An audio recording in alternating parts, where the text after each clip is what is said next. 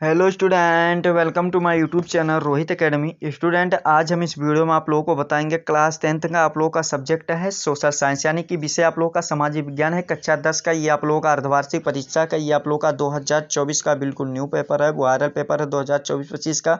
और हाँ, पेपर का जो कोड है यानी कि आप लोग का जो पेपर का पैटर्न है GM02 है, बिल्कुल वायरल पेपर है। और ये पेपर आप लोगों को जानकारी के लिए बता दूं बाबू, अगर आप लोगों को स्कूल में क्या अर्धवार्षिक का परीक्षा यानी कि हाफ ईयरली एग्जामिनेशन का एग्जाम नहीं हुआ है तो आप लोगों को इस वीडियो को जरूर अंत तक देखिएगा। सभी क्वेश्चन यहीं से पूछे जाएंगे और ये प्री बोर्ड और बोर्ड एग्जाम के लिए वेरी वेरी इंपॉर्टेंट है। ठीक है, आप लोग वीडियो के अंत तक बने रहिएगा। इसका हम 70 में 70 नंबर बिल्कुल कंप्लीट तरीके से बताएंगे, समझाएंगे। बस आप लोग वीडियो का अंत तक बने रहिएगा। ठीक है, खंड का यहाँ हमारा स्टार्ट होता है जिसमें से वो विकल्प पसंद दिए गए यानी कि MCQ दिए गए, मल्टीपल चॉइस क्वेश्चन दिया गया। 20 नंबर का क्वेश्चन है, 20 क्वेश्चन देंगे जिसमें से प्यारा सा पहला सा क्वेश्चन क्या दिया गया है, देखिए प्यारा सा पहला सा क्वेश्चन दिया गया। भारतीय राष्ट्रीय कांग्रेस की स्थापना हुई थी, यानी कि जो भारतीय राष्ट्रीय कांग्रेस थी वो उसकी स्थापना कब हुई थी, तो 28 दिसंबर जो था, क्या था बाबू, 28 दिसंबर 1885 ईस्वी में हुई थी। कब हुई थी, 28 दिसंबर 1885 ईस्वी में हुई थी। सवाल हमारा ऑप्शन सही हो जाएगा। फिर अगला क्वेश्चन दिया गया है, नेपोलियन बोनापार्ट का पराजय कब हुआ था, यानी कि नेपोलियन जो बोनापार्ट था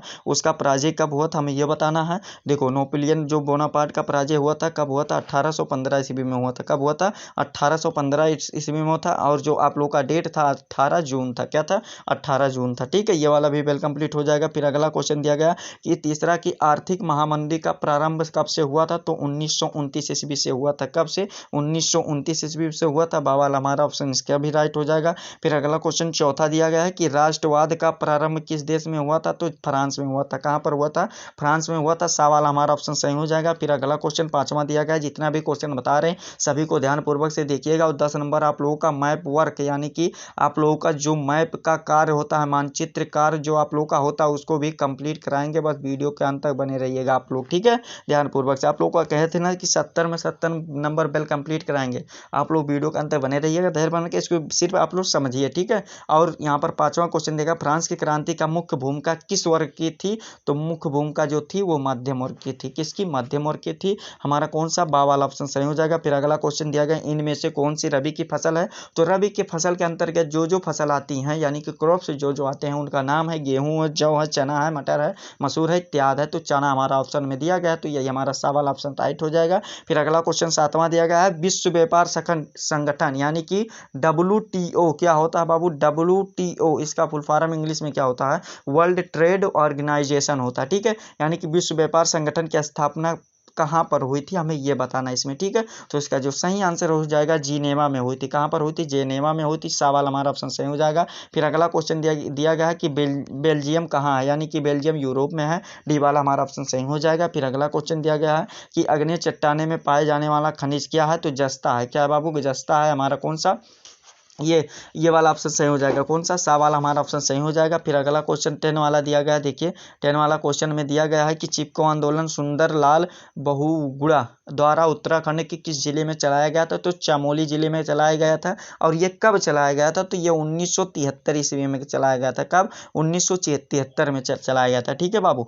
और फिर अगला क्वेश्चन 11 वाला क्वेश्चन दिया गया है कि हरा सोना किसे कहा जाता है, यानी कि हरा सोना जो प्राकृतिक वनस्पति होते हैं यानी कि जो पेड़ पौधे होते हैं उसी को कहा जाता है, यानी कि प्रकृति के जितने भी होते हैं वनस्पति उसी को हरा सोना कहा जाता है, यानी कि ग्रीन गोल्ड कहते हैं। ठीक है, और फिर 12 वाला क्वेश्चन दिया गया है कि भारत का सबसे ऊंचा बांध निम्न में से कौन सा है, तो भाखड़ा नंगल बांध है। हमारा कौन सा, आ वाला ऑप्शन सही हो जाएगा इसका। फिर अगला क्वेश्चन देगा, यूरोपीय संघ का मुख्यालय कहाँ है, यूरोपीय संघ का मुख्यालय बाबू यहाँ पर है ना, बा वाला हमारा ऑप्शन सही हो जाएगा, ब्रुसेल्स में है। कहाँ पर है, ब्रुसेल्स पर है हमारा। और बेल्जियम में भी है, तो बेल्जियम ऑप्शन में नहीं दिया गया, तो ये भी हमारा बा वाला ऑप्शन सही हो जाएगा। ब्रुसेल्स जो है बेल्जियम की राजधानी है। ठीक है, और फिर अगला क्वेश्चन दिया गया, श्रीलंका का स्वतंत्र राष्ट्र बना, यानी कि श्रीलंका स्वतंत्र राष्ट्र कब बना था। देखो बाबू, स्वतंत्रता दिवस वो भी मनाता है, कब मनाता है जानते हो, कि वो मनाता है वो 4 फरवरी को बनाता है। और जो सन उसकी मानी जाती है कब, 1948, यानी कि भारत के एक साल बाद ही 1947 में ये भारत हुआ था और ये एक साल बाद 1948 में श्रीलंका हो गया था। ठीक है, ये हमारा सवाल ऑप्शन सही हो जाएगा। फिर 1948 में स्वतंत्रता राष्ट्र बनी थी। ठीक है, अगला क्वेश्चन 15 वाला दिया गया है कि भारत में कुल कितने संघीय राज्य हैं, यानी कि भारत में कुल कितने संघीय राज्य है बाबू 28, और केंद्र शासित प्रदेश कितने हैं 8 हैं, यानी कि कितने 8 है, इसको भी समझ लीजिए। ठीक है, फिर अगला क्वेश्चन दिया गया भारत में पंचायती राज की स्थापना कब हुई थी। भारत में पंचायती राज की स्थापना 1992 ईस्वी में हुई थी। हमारा कौन सा सा वाला ऑप्शन 16 का राइट हो जाएगा। ठीक है, फिर अगला क्वेश्चन दिया गया 17 वाला कि निम्न में से किस राज्य में प्रति व्यक्ति आय यानी कि सबसे अधिक का सर्वाधिक है, यानी कि सबसे अधिक कहाँ पर है। तो इसका जो सही आंसर हो जाएगा हमारा 17 का राइट आंसर जो हो जाएगा पंजाब में है। कहाँ पर बाबू, पंजाब में है, बावाल हमारा ऑप्शन सही हो जाएगा। फिर अगला क्वेश्चन दिया गया निम्न में से किस राज्य में साक्षरता दर अधिक पाई जाती है। तो केरल में पाई जाती है, यहाँ पर पढ़े लिखे शिक्षित लोग ज्यादा पाए जाते हैं। ठीक है, यही कहा रहा है। ठीक है, हमारा सा वाला ऑप्शन सही हो जाएगा। फिर अगला क्वेश्चन 19 वाला दिया गया कि निम्न में से कौन सा एक विकसित देखो विकसित देश है, यानी कि भारत तो है नहीं, ये पाकिस्तान भी नहीं है और ये ब्राजील भी नहीं है, तो फ्रांस जो है ये विकसित देश है।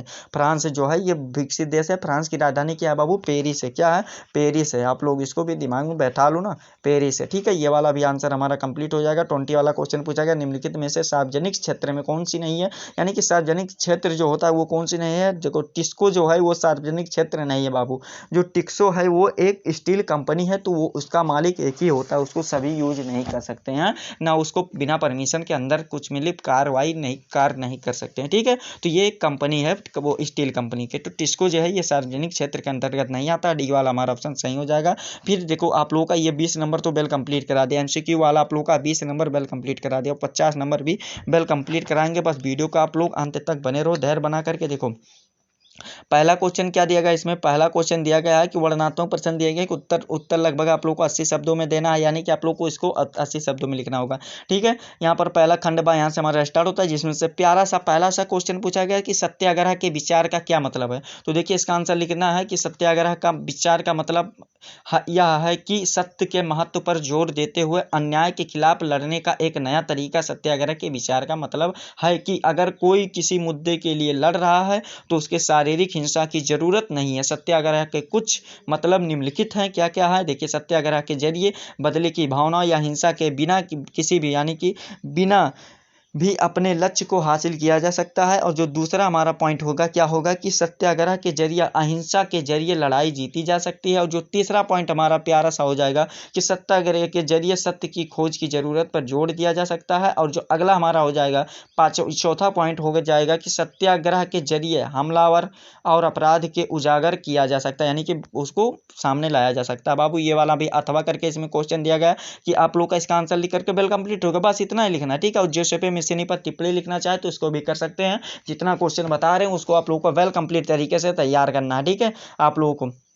फिर दूसरा क्वेश्चन देखिए क्या दिया गया, धर्मता का विषय विकास के लिए क्यों महत्वपूर्ण है, यानी कि इसका विकास क्यों महत्वपूर्ण है। तो इसका महत्वपूर्ण इसलिए है क्योंकि अर्थव्यवस्था और पर्यावरण परस्पर निर्भर है और पर्यावरण की उपेक्षा कर आर्थिक विकास भावी पीढ़ी के लिए धारणीय नहीं हो सकती है, इसीलिए महत्वपूर्ण है। ठीक है, ये वाला भी हमारा बेल कंप्लीट हो जाएगा लिख करके। फिर अगला क्वेश्चन देखिए क्या दिया गया इसमें, अथवा करके भी दिया गया। ऑफर आप लोगों के लिए दिया जाएगा जैव और अजैव संसाधन क्या होते हैं, यानी कि जो मानव द्वारा बनाया जाता है उसे जैव संसाधन कहते हैं, अजैव संसाधन नहीं। यहाँ पर देखो प्राकृतिक जो है जैव संसाधन है, अजैव संसाधन क्या है मानव द्वारा वाला है। ठीक है, ऐसे ही होगा। ठीक है, उदाहरण भी दे सकते हैं।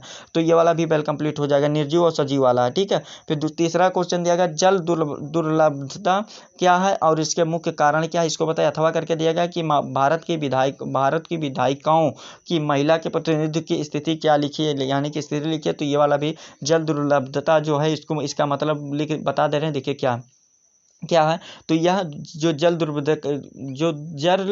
क्या है, जल यानी कि जल दुर्लभता यानी कि का मतलब है कि किसी क्षेत्र में पानी की मांग को पूरा करने के लिए पर्याप्त मात्रा में पानी उपलब्ध नहीं है। ठीक है, और इसके मुख्य कारण निम्नलिखित हैं, कम वर्षा या मौसमी या अधिक वर्षा में भिन्नता। और जो दूसरा हमारा है क्या है, इसके प्रमुख कारण कि जल संसाधनों का अत्यधिक दोहन करना। और जो तीसरा है बढ़ती आबादी और पानी की बढ़ती मांग। और जो चौथा है कि जलवायु परिवर्तन के कारण आसमान वितरण असमान वितरण। जो अगला है कि तेजी बढ़ता शहरीकरण और औद्योगिकरण, और ये वाला हो जाएगा। और तेजी से क्या, और अगला जो हो जाएगा और पानी का गलत इस्तेमाल और व्यर्थ में बहाना, ये वाला हमारा लिख करके वेल कंप्लीट हो जाएगा। अथवा करके इसमें भी लिखना चाहे तो लिख सकते हैं। और जो अगला क्वेश्चन दिया गया है कि मानव विकास के लिए साक्षरता क्यों आवश्यक है, यानी कि क्यों अनिवार्य है, तो इसका आंसर लिखेगा कि मानव विकास के लिए क्या, मानव विकास के लिए इसलिए आवश्यक है, इसलिए अनिवार्य है कि साक्षरता लोगों को आत्मनिर्भर बनाती है। साक्षर लोग बेहतर समझ रखते हैं और नई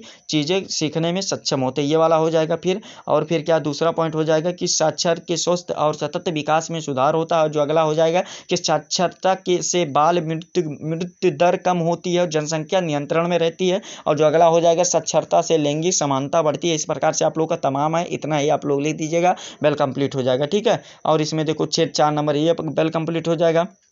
इसमें अथवा करके भी दिया जाएगा किस प्रकार के लैंगिक भिन्नता से राजनीतिक को प्रभावित किया जा सकता है। संक्षेप में लिखे तो ये वाला भी मन करेगा आप लोग लिख दीजिएगा, अन्यथा मत लिखिएगा। ठीक है, वर्णनात्मक प्रश्न दिया गया आप लोगों का 150 शब्दों में दिया गया, यानी कि 150 शब्दों में दिया गया। 6 नंबर का क्वेश्चन दिया गया, जिसमें से आप लोग का दीर्घ उत्तरीय क्वेश्चन है। पहला क्वेश्चन इसमें दिया गया है कि इटली के एकीकरण की प्रक्रिया संक्षेप में बताइए। 6 नंबर का क्वेश्चन तो इटली के एकीकरण जो प्रक्रिया हुई थी उसके 2 चरणों में हुई थी, ये तो आप लोग जानते होंगे। पहला जो था ऑस्ट्रेलिया को आज़ादी पाना, और जो दूसरा था इटली के स्वतंत्र राज्यों में डोमेन में शामिल होना, ये दूसरा। तो इसको आप लोग विस्तार से बता दीजिएगा। अथवा करके इसमें दिया गया कि असहयोग आंदोलन क्यों प्रारंभ किया गया था, और आंदोलनकारियों ने 4 कार्य की लिखी है, यानी कि उनके 4 कार्य लिखे। तो इसको भी अच्छे तरीके से बाबू बताना हमारा काम है, तैयार करना आप लोगों का काम है, तो इसको भी आप लोग तैयार कर लीजिएगा। 6 नंबर वेल कंप्लीट हो जाएगा। फिर अगला क्वेश्चन दिया गया है कि किसी अर्थव्यवस्था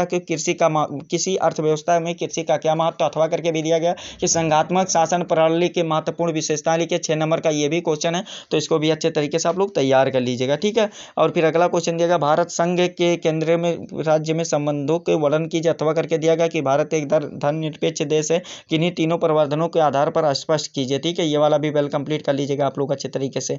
कुछ सभी क्वेश्चन को आप लोग रफली कॉपी में नोट करके इसको अच्छे तरीके से तैयार करके पेपर देने जाना है। ठीक है, 8वां क्वेश्चन दिया गया कि राष्ट्रीय आय तथा प्रति व्यक्ति आय में अंतर और विभिन्न देशों की तुलना करने में इसमें कौन सा बेहतर होता है। तो देखिए राष्ट्रीय आय और प्रति व्यक्ति आय, देखो इसका अंतर बता दे रहे हैं, जल्दी से सुन लीजिएगा, इसको देखिए समझ लीजिएगा। राष्ट्रीय आय का मतलब होता है किसी देश के एक साल में उत्पादित वस्तुओं और सेवाओं का कुल मूल्य है, यह किसी देश के आर्थिक विकास के लिए दर को दर्शाती है। जबकि प्रति व्यक्ति आय, यानी कि ये जो दूसरा होता है, इसका मतलब है कि किसी देश की आय को उसकी आबादी से भाग देना, और यह किसी देश के लोगों को जीवन स्तर और आर्थिक कल्याण का संकेत देती है। ठीक है, और फिर अगला क्या हो जाएगा कि देश की तुलना करने के लिए प्रति व्यक्ति आय का इस्तेमाल बेहतर होता है। इसीलिए देश, क्योंकि देशों की आबादी अलग अलग होती है, इसीलिए कुल आय की तुलना करने से पता नहीं चलता है कि औसत व्यक्ति कितना कमा लेता है। ये वाला हो जाएगा। फिर अगला क्वेश्चन दिया गया है, इसमें ये वाला भी अच्छे तरीके से तैयार कर अथवा करके दिया गया कि भारतीय रिजर्व बैंक के कार्यों का वर्णन कीजिए, यानी कि आरबीआई के जो वर्णन कार्य होते हैं उनका वर्णन कीजिए। तो ये वाला भी आप लोगों का मन करेगा, अच्छे तरीके से बाबू बेल कंप्लीट कर लीजिएगा। ये वाला भी बेल कंप्लीट हो जाएगा। मानचित्र कार्य यानी कि मैप वर्क भी आप लोगों को देखिए बता दे रहे हैं, कहते ना कि स्टार्टिंग में बता देते हैं, आप लोग इसको देखिए ध्यानपूर्वक से इसको समझ लीजिए। 5 नंबर का क्वेश्चन दिया गया है आप लोग का। पहला दिया गया वह स्थान जहाँ 1950 में कांग्रेस का अधिवेशन हुआ था, तो उसका नाम था बनारस था। क्या नाम था? बनारस था, जो कि वाराणसी है, ये वाला है। दूसरा क्वेश्चन है वह स्थान जहाँ जलियांवाला बाग हत्याकांड हुआ, तो अमृतसर पंजाब में हुआ था। ये वाला भी 1 नंबर आप लोग का बेल कंप्लीट हो जाएगा। फिर अगला क्वेश्चन दिया गया वह स्थान जहाँ महात्मा गांधी ने नमक कानून तोड़ा था, तो दांडी तट यानी कि दांडी में गुजरात जो कि है। ठीक है, ये वाला भी बेल कंप्लीट हो जाएगा। फिर अगला क्वेश्चन दिया गया वह स्थान जहाँ सहयोग आंदोलन का कार्यक्रम शुरू किया गया था, तो उसका नाम क्या था? कलकत्ता था। ये वाला भी बेल कंप्लीट हो जाएगा। फिर अगला क्वेश्चन दिया गया वह स्थान जहाँ सूती मिल श्रमिकों ने सत्याग्रह किया था, अहमदाबाद, गुजरात के जस्ट पास है अहमदाबाद। ये वाला भी 5 नंबर आप लोग का बेल कंप्लीट हो जाएगा। और ये वाला भी आप लोग का चिन्ह वाला जो है इसको भी देख लो। मध्य प्रदेश का राजधानी क्या है? मध्य प्रदेश का राजधानी भोपाल है। इस चिन्ह द्वारा आप लोग का डार्क सर्कल द्वारा चिन्ह बताना 1 नंबर। ये वाला भी बेल कंप्लीट हो जाएगा। फिर अगला क्वेश्चन दिया गया इंदिरा गांधी अंतरराष्ट्रीय पतन यानी कि हवाई अड्डा, हवाई जहाज के द्वारा ही आप लोग को चिन्ह द्वारा मैप में दिया जाता है, तो दर्शा दीजिएगा क्या है इसका। देखिए इंदिरा गांधी कहाँ अंतर्राष्ट्रीय हवाई अड्डा कहाँ है जानते हो? दिल्ली में है। क्या है? दिल्ली में है। कहाँ पर है? दिल्ली में है। ये वाला भी हमारा आंसर लिख करके वेल कंप्लीट हो जाएगा। ठीक है, फिर अगला क्वेश्चन दिया गया, इस राज्य का एक चाय उत्पादक बताइए, यानी कि चाय उत्पादक क्षेत्र बताना। आसाम है बाबू, आसाम को इस चिन्ह द्वारा दर्शा दीजिएगा। फिर अगला क्वेश्चन दिया गया, एक परमाणु ऊर्जा केंद्र बताना। एक परमाणु ऊर्जा केंद्र का जो नाम है तारापुर है। परमाणु ऊर्जा संयंत्र है जो कि आप लोग का कहाँ पर है? बोईसर, यानी कि महाराष्ट्र में है। और कोटा राजस्थान में भी ये परमाणु ऊर्जा केंद्र यानी कि ये भी होता है। ठीक है, इस चिन्ह द्वारा ये वाला भी वेल कंप्लीट हो जाएगा। फिर असम की राजधानी जो है बाबू दिसपुर है। क्या है बाबू? दिसपुर है, यानी कि ये दिसपुर हमारा लिख करके वेल कंप्लीट हो जाएगा। ठीक है, ये 10 नंबर मैप वाला भी कार्य आप लोग का वेल कंप्लीट होगा। ठीक है, कहते ना कि आप लोग का कंप्लीट कराएंगे, वो कंप्लीट भी करा दिए। ठीक है, यही आप लोग का क्लास 10th का सामाजिक विज्ञान यानी कि सोशल साइंस का अर्धवार्षिक परीक्षा 2024 का बिल्कुल न्यू पेपर था, वायरल पेपर था, जो आप लोग को संपूर्ण तरीके से इस वीडियो में बता दिया, समझा दिया आप लोग को। ये हमारा प्यारा सा वीडियो कैसा लगा कमेंट करके जरूर बताइएगा। हाँ बाबू, अगर आप हमारे चैनल पर नए हो तो चैनल को सब्सक्राइब कर लीजिएगा, बेल आइकन को दबा दीजिएगा, और इस वीडियो को बाबू क्लास 10th के जितने भी स्टूडेंट हैं उनके पास अधिक से अधिक जरूर शेयर करके पहुंचा दीजिएगा। आप लोग वीडियो को नहीं शेयर करते हैं तो शेयर करके जरूर पहुंचा दीजिएगा। ठीक है, चलिए हम आप लोगों से मिलते हैं नेक्स्ट वीडियो में नेक्स्ट टॉपिक के साथ। तब तक के लिए जय हिंद, जय भारत, वंदे मातरम।